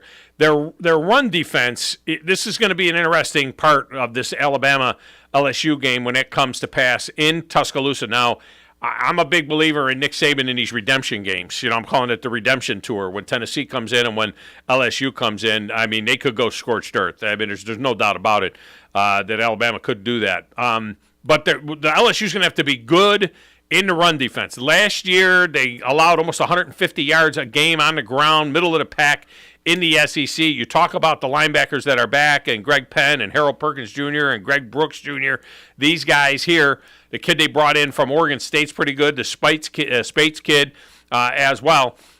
That seems like that's going to be an old school slobber knocker type of deal. Can Alabama run the game against an improved run the ball against an improved run defense of LSU?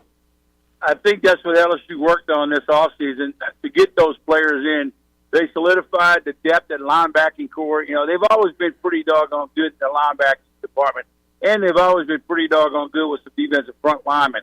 I think they've got the front linemen as well as the linebacking core. I think they've sure the front 7. I think that's going to help them. With that being said, now, LSU is going to be hurting in the back end. The reason I say that, they've got some DBs that hurt. They got some DBs that might not be around. Alabama can run the football. The question is, if Alabama can't run against LSU front, can Alabama throw the football? And that's why I think you got to have a quarterback in Alabama's department that can throw the football. You're going to probably have Alabama's offensive line versus the defensive front line of LSU. It's going to be, who can handle who. And every now and then, because Alabama's got running backs. You know that. They've always had running backs.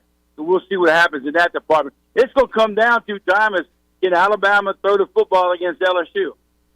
Yeah, well, yeah, it could come down to that. I mean, I don't know if it does come down to that, then LSU has a shot.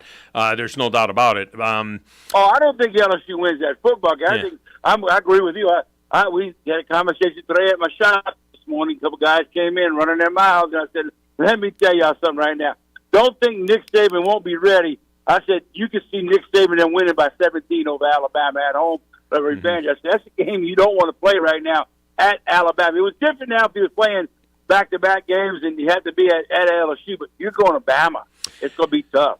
Yeah, and it was what an important year it was for Brian Kelly because he came in getting mocked. I didn't think he would do well down there. With the fake accent and all this other stuff. And then he goes and wins the West. And this is the last year of the West. I mean, what if he wins the West in the last 2 years of the West? I mean, that would be a huge feather in his cap. Recruiting-wise, they're a top 10 class right now for next year. Doesn't have any 5 stars in there, but he is a top 10 class. But the problem is being top 10 in the country, he's like 6th in the SEC, so he's middle of the pack in the SEC. How is he doing? I know you're not a recruiting guy, so to speak, but how does Brian Kelly do going into those homes, all throughout Louisiana and in the Dirty South, being basically a Midwestern guy? How do we assess how he's doing from a recruiting standpoint? Well, I mean, he's recruiting well. I mean, look, you're either going to go to Georgia or Alabama first and foremost if you're going to play in the SEC, with a couple of kids falling through to Tennessee, falling through to A&M, and falling through to LSU. But on an overall picture, majority of them are going to play for Alabama or majority are going to play for Georgia. Now, with all that being said, all he has to do is go get – he can get land 3 to 4 to 5 stars, and he's got a bunch of 4 stars. There's no proof that all 5 stars pan out and become great. You see a lot more 4 stars panning out better than some of the 5 stars. So Brian Kelly can step his stuff. Look, they go by wins and losses. They don't care if he's from the Midwest and he fakes a Southern draw, whatever he's got to do. If he can walk into these houses all over the South, and it's not just Louisiana, if he can hit some Texas schools, hit some, Mississippi schools and wherever else in Florida, he's going to get a good amount of players. He's got to get those 5 stars because it just looks good on paper. You got a bunch of 5-star guys coming to your school because it takes those 5-star guys, away from the Alabamas and the Georgias and the Floridas and everybody else. So he's going to be fine in recruiting, and he knows as well as I do. If you're winning and you beat Alabama 2 years in a row, if he does it again this year, he ain't having any problems getting some players to go there. Yeah. John Forquet with us here. All right, former quarterback with the New Orleans Saints as well. Let's just shift gears and get a couple of thoughts about the Saints. This feels like an absolute wide open NFC South. I mean, the Tampa Bay Bucks seem like they're, they sold their soul for Tom Brady, and now they're going to go with Baker Mayfield, and we'll see how all of that works out. Carolina, you feel like they're on the come with a young Bryce Young and some of the things that they've done. The Atlanta Falcons, I think if Desmond Ridder is anything, the Falcons could be very dynamic offensively. To me, I think they're ultimately going to end up being the team to beat in the division. And then there's the Saints and Dennis Allen and Derek Carr. You talk about Jordan Daniels, how important he is for LSU. How important is Derek Carr going to be for this Saints team? What are the expectations down there for this Saints team? Oh, well, we're all thinking down here, like everybody else thinks down here, is that the Saints are going to win this division because they do have the Derek Carr, and the other 3 teams don't have a Derek Carr / veteran-style quarterback. I mean, Baker Mayfield, yeah, he's average at best. Bryce Young ain't took a snap in the NFL. And then you got Ridder. He's only been there. He's going in his 2nd year. Only started, I think, 5 games or 6 games, whatever it may be. They got a good talented team in Atlanta. The Saints know that. Everybody says it's going to be Saints in Atlanta, and then the other 2 guys can fight for the other departments of the rear end. But look, you know as well as I do, paper don't mean anything. You got all the talent you want on paper because right now on paper, Saints got, in my book, a better talented team than those other 3 teams. But you got to play the football game. And if Ridder just could play within himself, I like Atlanta's roster. They got a real good roster. And it all comes to who's healthy, Tom. You know as well as I do. You get guys hurting left and right, and then your backups can't do the job, then that's the big difference. Carolina, Bryce Young, a rookie going in there, that's going to be hard. It might be a couple years away getting some better players, some other players for him. Tampa Bay, I just don't see anything much there. They got some talented players. I just don't see they got it.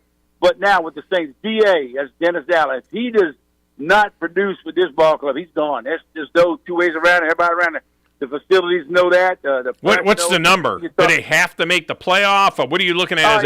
If they got to be 9-8 and sneak into the playoffs? If they go 8-9, is he done? What's the number? He don't make the playoff. He's done. I don't care. They don't care if it's 9 wins, 9-8, and still make it to the playoffs. That's what you got to get to the playoffs and see what happens. You know as well as I do. Once you get to the playoffs, all them records out the door. It's just week to week. It's not play the season and you can figure out, okay, we're so in the middle of the pack. We got 7 or 8 games left. Well, you get in the playoffs, you got 1 game that weekend. That's it. He don't make the playoffs. I think Dennis Allen is gone. Isn't it amazing when you look at Jameis Winston and Marcus Mariota, these two guys that were picked 1-2 that won back-to-back Heisman trophies, and here we are 10 years into their career, and they're both just trying to hang on as backups. I mean, you don't even hear their names anymore. And Mariota didn't look very good the other night, and I don't even know. Winston's like in the witness protection program. I don't even know what's going on there. Well, it's funny because the people here, somebody put a press release out or some statement. People around here think that Jameson Winston, after his 2 preseason games, should be the starter in week 1 of the Saints season. And everybody that I know is like, are these people nuts? Who would write something like that? It's Derek Carr. There's no Jameson Winston. First of all, Jameson Winston better realize the kid who's behind him, Hannah. He's the one that's the guy you got to watch out for. He might sneak some playing time away from him down the road, but listen, it's Carr's job. And I know what you're saying. Winston and Mariota, they've been around a while, and it's part of the NFL is what have you done for me now? Yeah. It's not what have you done for me lately or what have you done in the past. Because if you ain't doing anything for me now, they will move on from you know as well. They cut coaches after 1 year. Don't think they ain't going to get rid of quarterbacks after 1 or 2 seasons. So it's a crapshoot in the quarterback department. But if you look at the South right now, you have to admit the best quarterback in the South is Carr. I don't care what he did in Las Vegas. That was a fire sale. That was a dumpster fire. It was horrible there. His numbers were still pretty good. Yeah, his numbers were fine. I mean, you notice he didn't throw for 300 yards in any one of them football games. The last 6, 7, 8 games of the season, he didn't even scratch a 300-yard game. And then Stetson, what's the name? Jared Stetson comes in. He throws a 365 in his first start. So people started thinking, wow. But that's so what? I mean, the kid. I'd say Carr has been around, productive. He looks good right now. I mean, in practice, he looks good. He looks good with his shirt off. My sidekick, my co-host, he drools over every time he sees his shirt with his muscles stuff. I said, dude, I had muscles like that. So what? You ain't talking about me like that, but it's part of it. It's part of what Carr can do for this ball club. He's a leader all the way around, and he's productive, and we'll find out what the Saints can do. They got a good ball. They got good running backs, and good receivers. What's going to hurt the Saints right now, Tom, is we got to make sure that the Saints have offensive linemen. It's like anybody else in the league. Saints have lost some players on the offensive line of the ball. Got a lot of guys injured. That's going to be the big factor. If they can get them guys healthy and can make it through the season, I like the Saints' chances of winning the South. Yeah, I don't know if I want my co-host drooling over me with my shirt off. You know what I mean? That would make me feel a little bit uncomfortable. I don't think even if your guy is saying when he sees Jameis Winston with his shirt off, he admires his physique. That's something you think, but you don't necessarily say. He shouldn't be saying that out loud to you. He posts it. He puts him on a post, and I'm Gus, take that down, please. Yeah, you're drooling over his bicep. He's drooling over his bicep. Yeah, that's a little skeevy. I don't know that I would want to. I don't know that I want to know that. All right, before I let you go, I always used to joke in the past. You and I met through the AF2 and the Arena Football League, and I always joked about the fact that you played in every organized professional league that there was, including the NFL and the Arena League. I think you played in the very first AFL championship game, didn't you? Yeah, Denver or something. Denver Dynamite. Denver Dynamite, 1987 or something. Yeah, 87. Correct. 1987. Correct. So a lot of news was made over the summer about the AFL returning, and one of the cities that they're apparently returning to, or one of the states, is Louisiana. It just says Louisiana. Nobody knows if it's New Orleans or if it's or where it is, Lake Charles or where. I guess Lake Charles, Louisiana is where they had played, some arena football before. Are you hearing anything about this league? Because they got 16 teams, and I'm hearing, and me and you are both plugged into the AFL. I'm hearing nothing about the AFL. Not a dang thing has been talked about this. It was all done with mirrors to make people believe. They threw it out there, stick on the wall, and wanted people to come to their attention. The people who are starting this ain't got to spot the, in and throw it out the window. Mm. They were looking for owners to step to the plate, and none of them stepping to the plate. There's nothing. Just believe me. It's all BSing and blowing smoke. Because ain't nobody in Louisiana. You're going to put it. There's nobody coming to New Orleans. They ain't paying $57,000 a game to put a team to play one game every game, and then that's why they said, we'll go to Lake Charles. Lake Charles said, hey, we know nothing about this. Yeah. What y'all talking about? So it's all BS. I got some insight with some guys who are in the IFL as well as the NAL, and they're telling me, John, don't believe on. These are legit people. Supposedly, that's been around. Yeah, some of the teams, I guess, are leaving the IFL to go to this new AFL, and they announced cities, and some teams have made comments about it and everything else. It's just like. I don't know. It's crazy that you would have, supposedly they're going to play in 6 months and we don't know anything. I mean, it's correct. That's a shame because you got to get all this stuff down, Pat. You just can't do it. If you're not up and running by October, actually before that, September, October. Yeah. If you're not up and running with your operations and get started in February, March, it don't happen that way, Tom. I mean, I've done it. You know it. You've been around it. It takes more than just 3 or 4 months. Yeah. It takes 6, 7 months. All right. So when you know what team you're coaching, let me know so that I can be your broadcaster. All right. We'll do a radio deal. I got you. I can we'll have a traveling clown show. That's about what we'll do. Maybe you and I will do the national games. We'll do you be my color guy. I'll be the play-by-play. You be the color, and we'll do the AFL. Yes, indeed. And I'll wear my medium shirt so you can look at my biceps. Mediums, and then I'll tell everybody, boy, my color guy, I cannot believe how good he looks without his shirt on, and we'll tell people that. So if we don't do that, we'll do the XFL or the USFL or some other spring league. I mean, there's so much football going on now. I mean, it's out of control, and you know what's driving it all? Sports betting. That's the deal. Oh, yeah. Bet on these games. They got the new league. They got the IFA League, the International Football Alliance. They got 3 teams in Mexico and 3 teams in the United States. Art Browse is coaching Dallas. Hal Mummy is coaching. Really? Cancun. Yeah, he called me. He wanted me to come talk to him about Cancun because he wants my nephew to come quarterback in Cancun. And then they got Noah Mazzoli's coaching and Guadalupe. Oh yeah, they got 6 teams the first year, and they're gonna try to get it rolling. It's the IFA. Look at it, Google it, check it out. IFA. All right, man. As always, all right, buddy. I appreciate you. Thanks. Anytime, Tom. Take care. The only IFA football I see is the Irish Football Association, which I think is what we call soccer. I think that's what the IFA is. Pretty awesome. Yeah.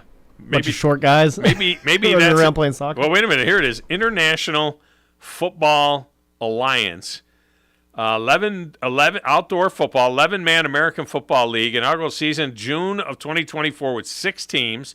Will operate internationally in Mexico and in the United States. The league is headquartered in Cancun, Mexico. The IFA's aim is to deliver the highest level of American football and build a unified and solid American football ecosystem in Mexico. So the idea is in Mexico. There's a Dallas Pioneers. There's an El Paso team, which is in El Paso, Texas, which is Mexico. And then there is a team to be announced, also in Texas, South Texas, which is, Mexico. Then there's a team in Chihuahua. Is that a city in Mexico? Chihuahua, something like that. A team, Sharks Pro Football in Cancun. All right, and the teams in Mexico are separated by about 1,500 miles each. I mean, they are like spread out all the way across Mexico. And Sky Sports apparently is going to be carrying the games. Yeah, we'll see.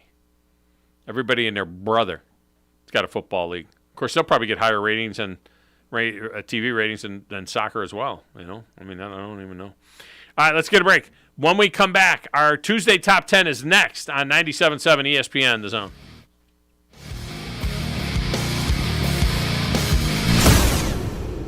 you have discomfort in your legs? Varicose veins can affect not only how your legs look, but how they feel. Symptoms of varicose veins include pain, swelling, aching, heaviness, and fatigue. Dr. Tracy Lowry of Best Vein Care of Huntsville can diagnose and treat your varicose veins with the latest minimally invasive techniques.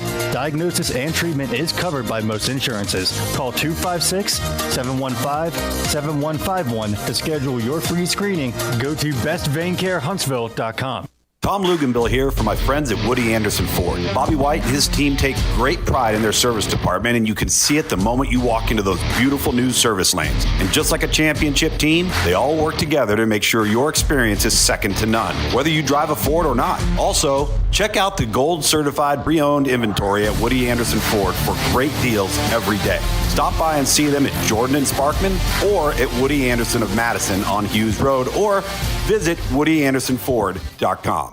T-minus 3, 2, 1, Trash Panda Nation, ignite the fun, let's rock it. Your Rocket City Trash Pandas are back home for another 6 games starting Tuesday, August 22nd, as they host the Birmingham Barons. On Tuesday, be one of the first 1,500 fans through the gates to receive a free Trash Pandas tote bag. Get your tickets now while they're still available at TrashPandasBaseball.com. Let's rock it.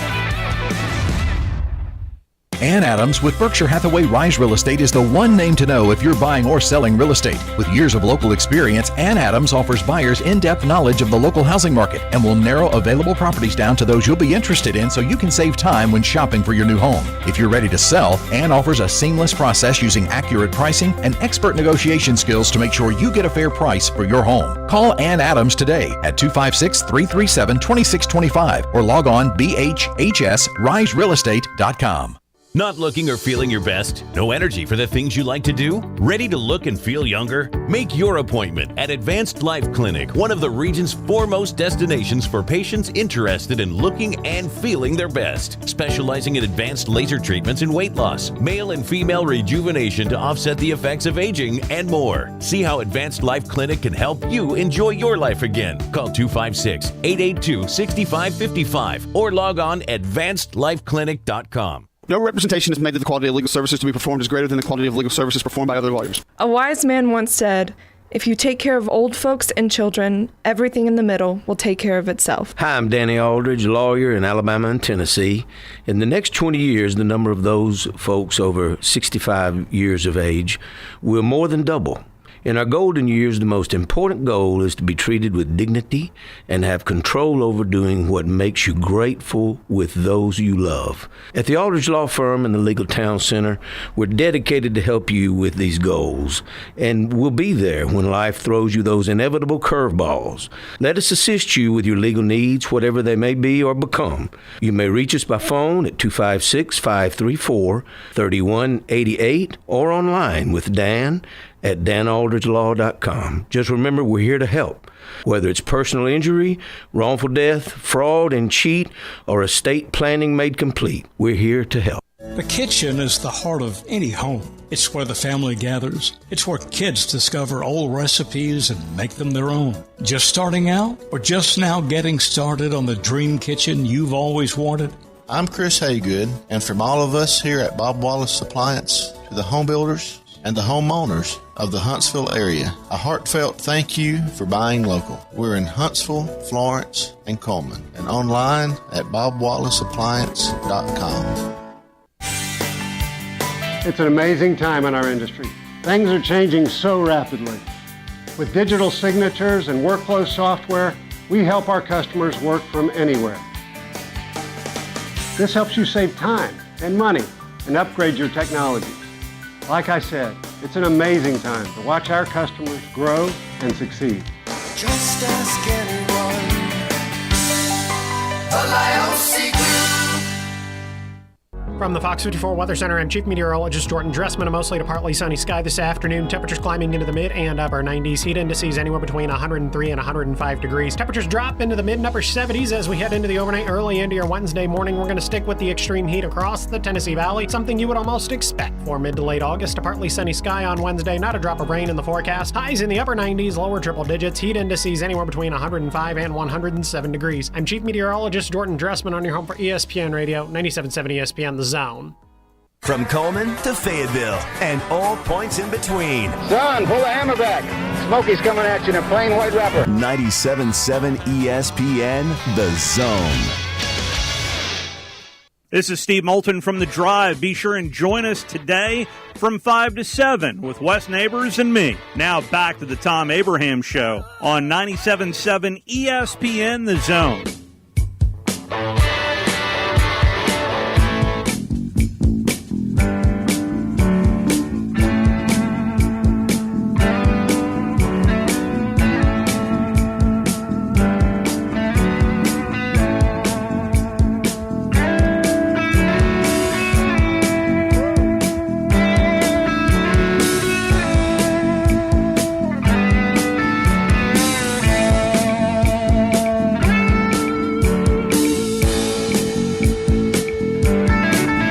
Today's Tuesday Top 10 is brought to you by the fine folks at North Alabama Mortgage. Whether you're in Alabama, Tennessee, Florida, North Alabama Mortgage has you covered for all your mortgage needs. Get a home valuation. See what they can do for you by refinancing or buying new with North Alabama Mortgage. Team of experts in your corner. They'll treat you like family. They'll walk you through the entire process.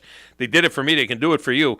Replace all those high interest rate credit cards with a low interest rate loan from North Alabama Mortgage. Use your property. You got value caught up in that property, and you'll be shocked when you get your home valuation done what North Alabama Mortgage could do for you. All right, Grizz, it's time for the Tuesday Top 10. 10, 9, 8, 7, 6, 5, 4, 3, 2, 1. It's the Tuesday Top 10. All right, so we got a team going for a three-peat. All right, we got a team going for a three-peat in the Georgia Bulldogs. Now, I contend that it's easier now and will become even easier down the road to get this done. I think there's a reason why North Dakota State has won 10 of the last 12 Division I AA FCS championships, because they're in the tournament all the time. And once you get in the tournament, you go on a little run, you win 3, 4 games, 5 games, you win the national championship. In a 12-team playoff, you got to win 3 games if you're a top seed, or 4 games at most, okay? So I think having access to the game is going to help. Having said that, it hasn't happened. Nobody's even had a run at it since we got to the 14 playoff. The 14 playoff allows you a little bit of grace to get in. The 12-team playoff is going to allow you even more. We're going to have 2 lost teams in the 12-team playoff. You never know. Maybe a 3-loss team. You don't know. And let's also just say this. Greg Sankey, who's on a committee, is already saying without any ifs, ands, or buts that they got to revisit how this 12-team playoff is going to be seeded. If it were up to Greg Sankey, in a lot of ways, they're going to get rid of, they would maybe even get rid of automatic qualifiers altogether. Just take the top 12 teams. And some of the other commissioners have said that. Everybody's talking about access, and having, remember, the current plan calls for the top 6 conference champions in terms of rankings. So the Sun Belt champion, if they're one of the top 6 ranked champions, the automatic berth. The AAC champion, if they're one of the top 6 in terms of their particular rankings, they would get in. Not top 6 in the country. They just have to be the top 6 ranked conference champions. A couple of years ago, 3 years ago, all right, under this same scenario, I think it was the Big 12 champion wouldn't have made it, because the Sun Belt champion, remember when Coastal Carolina was ranked, highly, and they would have gotten in. And then you have 6 at-large teams. But now the conferences are changing dramatically, and there's going to be more change. And Greg Sankey has said, look, there's going to be change. And a lot of people are saying, look, just take the top 12. Now, that's reliant on polls. But if you say just take the top 12, I don't know how many times, very rarely, are you going to get a group of 5, what was the group of 5, and whatever it is going to be called now. What is it, the group of 8? The group of 7? I don't know what it is. But they might not be ranked in the top 12 and get shut out. If you were to say top 12, it might end up being, I don't know, 4 from the SEC, 4 from the Big 10, 2 from the ACC, and 2 from, who knows? And is the Big 12, is the new Big 12, even with their expansion, is the new Big 12 deserving of an automatic bid?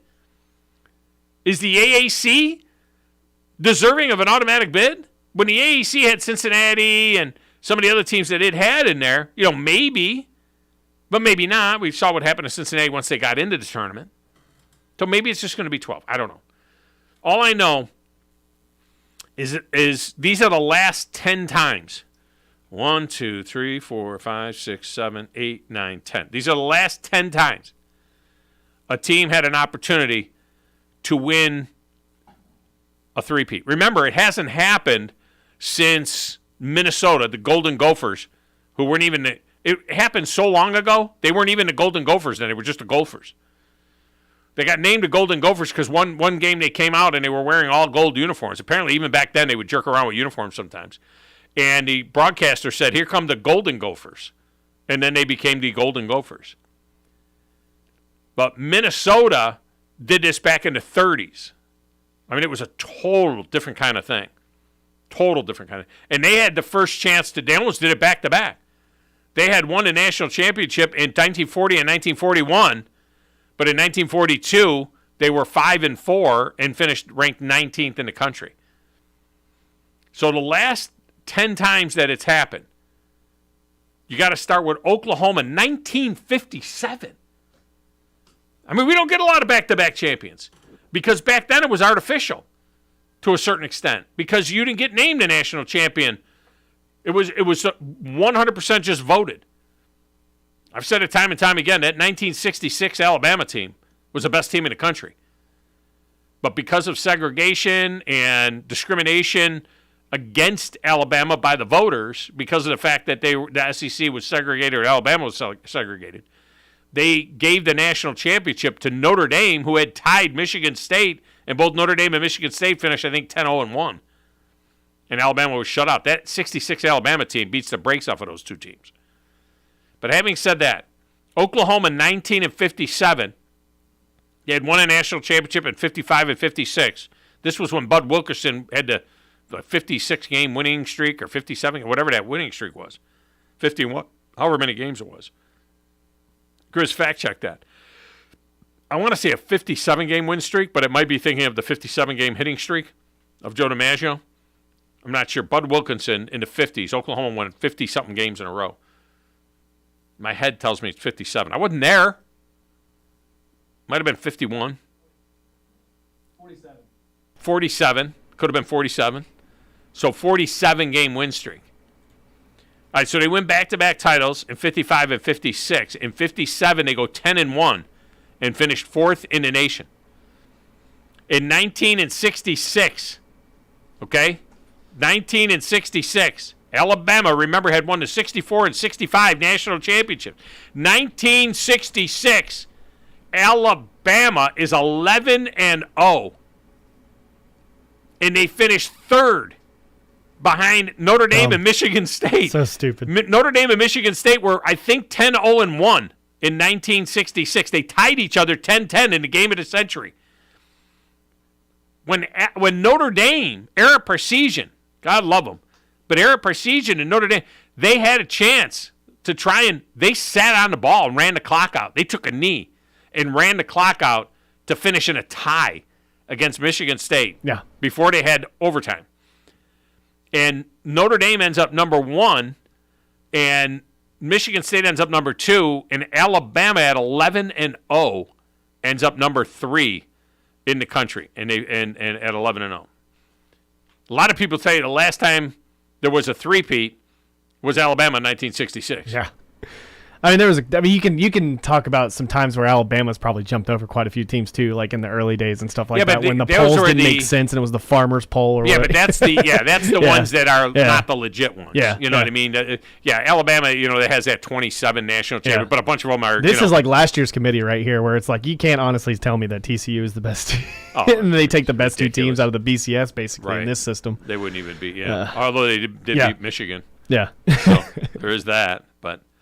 Yeah, I know you're a history guy. I don't know. Do you read much sports history? For the most part, yeah. No, I go through it like everything. Yeah. There's a book called The Lost Ring. That's written by Bill Dunovit. The Lost Ring, and it is about the 66 season, and it is excellent. It is an excellent book called The Lost Ring. All right, the following year, in 1967, remember, Michigan State. So Michigan State actually, I think it was Michigan State 1 and Notre Dame 2 is how it was in 66.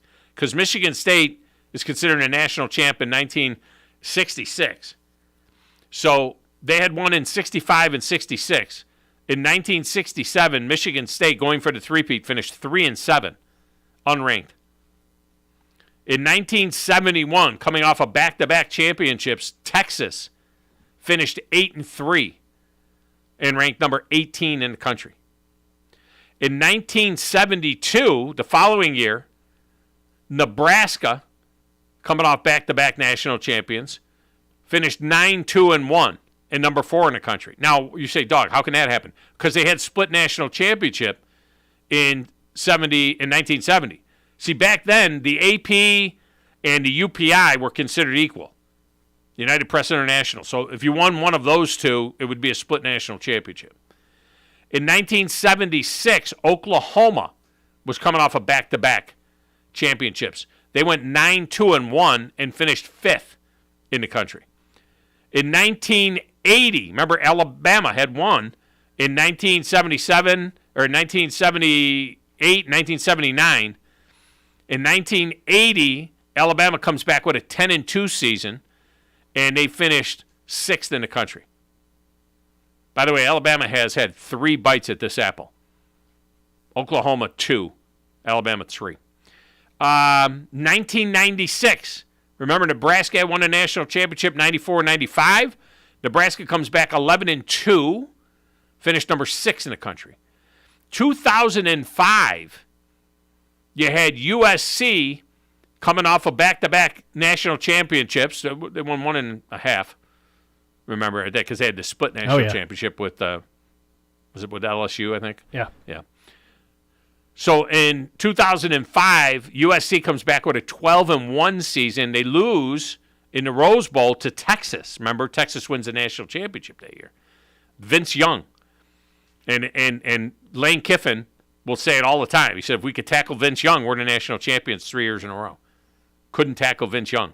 Vince Young was amazing that game. He run for over 200 yards, threw for over 200 yards. I mean, he was out of his gourd in that game, Vince Young. Jeff Fisher did not want to draft him to the Titans. The owner made him draft him because the owner was in love with Vince Young because the owner is from Houston. Vince is from Houston. And the owner was just, Bud Adams was just over the moon for Vince Young. I think that was when I kind of finally really appreciated, college football in a way when I was watching it. Was watching that game. That's one of the greatest games. Because that's one of the greatest games you've probably ever seen. Yeah, and that game was amazing. I think that just from the television to everything, it was just one of those ones where it was that clicked immediately for me. Jeff Fisher gets a lot of credit for not wanting to draft Vince Young. Do you know who he wanted to draft? I can't remember. Matt Leinart. Would have been even worse. It would have been worse. He'd probably be out of the league quicker if he was on that team. And then the last team to have a shot at this, of course, was Alabama. They won a national championship in 2011 and 2012. In 2013, they came back, had a horrific season, remember, in 2013, with 11-2. Yeah, I mean, it was just awful. It was like this year. This past year. Season. Just an awful season. They were 11-2. You can win 11 games. I think they isn't that the year they went and beat Michigan State to death in the 38, Citrus Bowl or something? I was at that game. Or yeah. I was at that game. And Alabama finished 7th that year. So now we get Georgia. The last 6 of these finished in the top 10. 7-2, 6-6, 5-4. I don't think Georgia will finish any worse than 3. I mean, they got to go to the playoff. There's no way Georgia, with that schedule, doesn't make it to the playoff. The only way Georgia doesn't make it to the playoffs is if they lose to Tennessee at Tennessee and then turn around and lose the SEC championship game, then I think that an 11-2 Georgia is going to miss the playoff, if that's how it ends up. Unless they lost the SEC championship game on a field goal or something like that, a last-second field goal or something, they let them in. All right, so there you go. That's your Tuesday Top 10. All right, we're going to break. We'll come back. Final segment next, right here on 97.7 ESPN The Zone.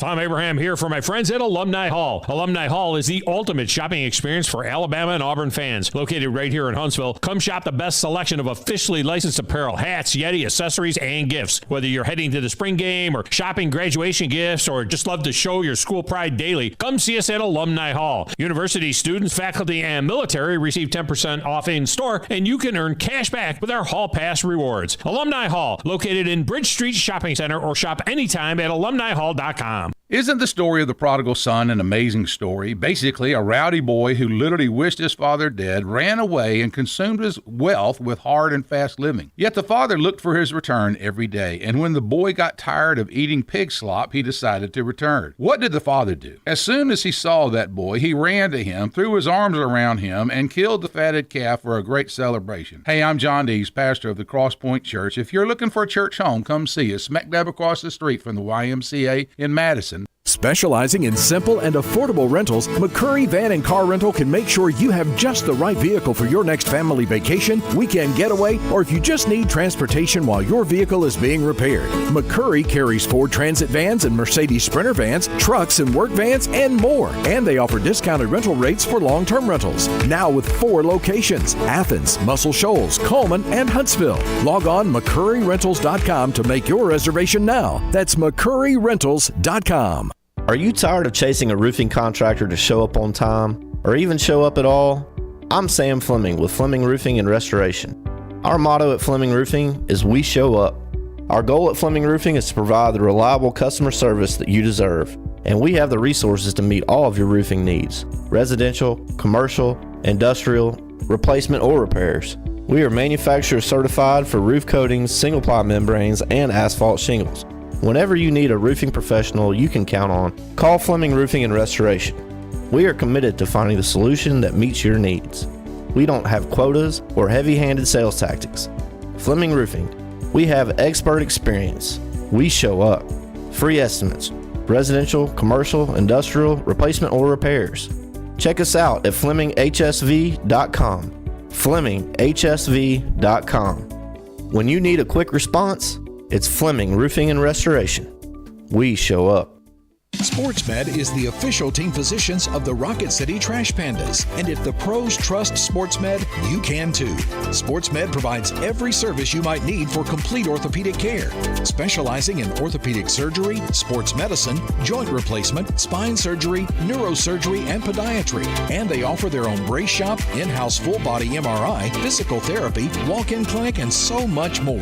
4 locations and on the web at sportsmedalabama.com. These days, saving time is important, and saving money is even more so. That's where Eagle Masonry and Insulation comes in. Over the years, Eagle has expanded their services to meet the needs of folks like you in our area. If your home needs updating or you have some projects that you just haven't gotten to, Eagle can help. They install shower doors, mirrors, shelving, blinds, bath hardware, and lots more. Call Eagle Masonry and Insulation today at 256-755-1556. Eagle saves you time, and Eagle saves you money. From the Fox 54 Weather Center, I'm Chief Meteorologist Jordan Dressman. A mostly to partly sunny sky this afternoon. Temperatures climbing into the mid and upper 90s. Heat indices anywhere between 103 and 105 degrees. Temperatures drop into the mid and upper 70s as we head into the overnight early into your Wednesday morning. We're going to stick with the extreme heat across the Tennessee Valley. Something you would almost expect for mid to late August. A partly sunny sky on Wednesday. Not a drop of rain in the forecast. Highs in the upper 90s, lower triple digits. Heat indices anywhere between 105 and 107 degrees. I'm Chief Meteorologist Jordan Dressman on your home for ESPN Radio, 97.7 ESPN The Zone. Touchdown, Alabama! Hi, this is Eli Gold, voice of the Alabama Crimson Tide. Join us every week for Alabama football right here. Listen to Alabama football all season long on 97.7 ESPN The Zone.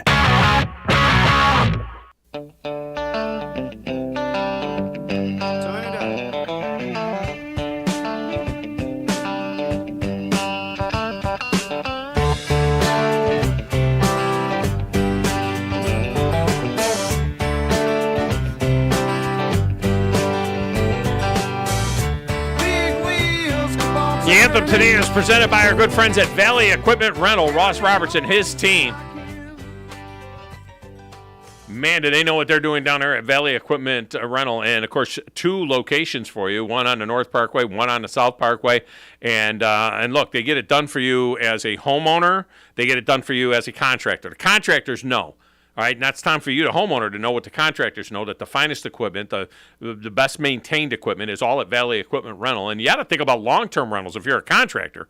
Think about long-term rentals. If something happens to one of those vehicles or one of those pieces of equipment, then you've got Valley Equipment Rental to make it right. And they're going to come out there, they're going to work on it immediately, get it right, or they're going to replace that piece of equipment. So think about long-term rentals with Valley Equipment Rental.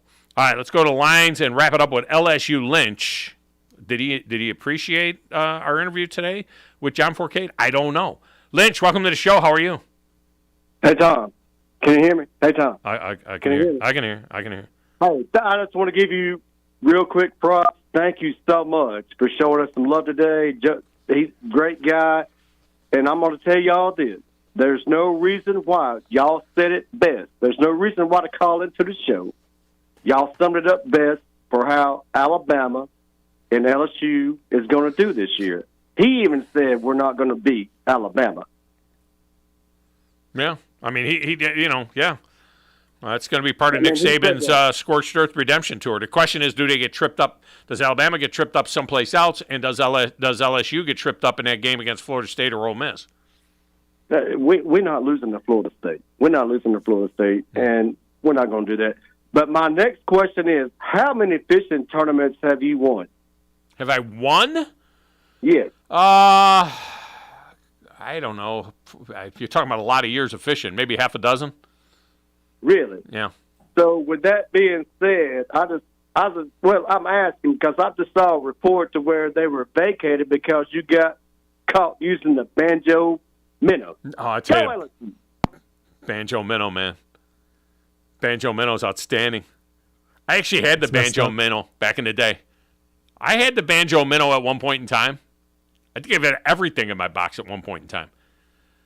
I was showing a buddy of mine from church, the old boy from church that keeps asking me to take him fishing. I got to take him fishing at some particular point in time.